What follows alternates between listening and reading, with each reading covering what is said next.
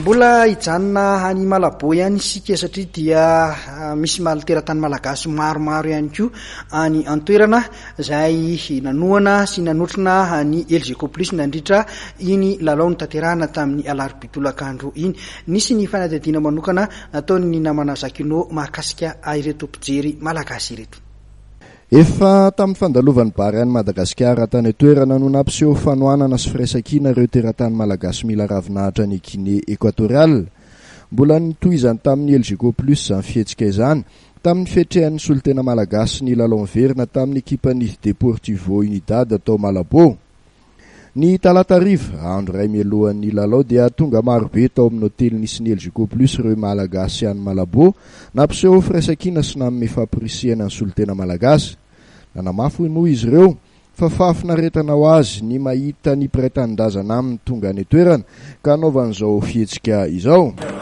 Amin'ny samy malagasy aloha voalohany indrindra kosa no mandeha azy dia fitiavana an'ilay taranjako ao ihany tsy latsa-danja dia somary lavitra izay aty mila ravinahitra dia zay raha misy malagasy tonga dia raisina tanandroa foana dia izay ary mifaly mandray ny malagasy tonga aty na sehatra iny fa ny eo amin'ny foot sy LGK Plus moa izany tamin'ity toerako dia afaliana ao anay.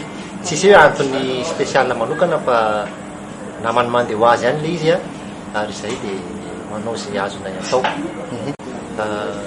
Inona moa no afatra fa ireo izay ireo dia miraha soa dia raha misy azonay atao moa izany dia manao foana izay dia efa nafinaritra ny qualification historique amin'ny CAN iny izay koa aty dia rehanay ny firenena sy ny baolina kitra dia fametanana antsika izany efa voaporofy iny izany fa afaka manao antsika sy mahavita dia mahereza sy mahazotoa daholo fa vitantsika foana io zany.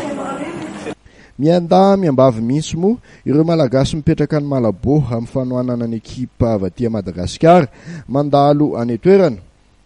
Izany hoe tsy mijanona ho an'ny lehilahy irery intsony ny fitiavana ny baolina kitra ho an'ireo malagasy any Guinée Équatoriale. Mazava ho azy moa izany fa amin'ny mahasamy malagasy atsika dia mila mifanohana isika dia izay ny antony hahatongavanay aty.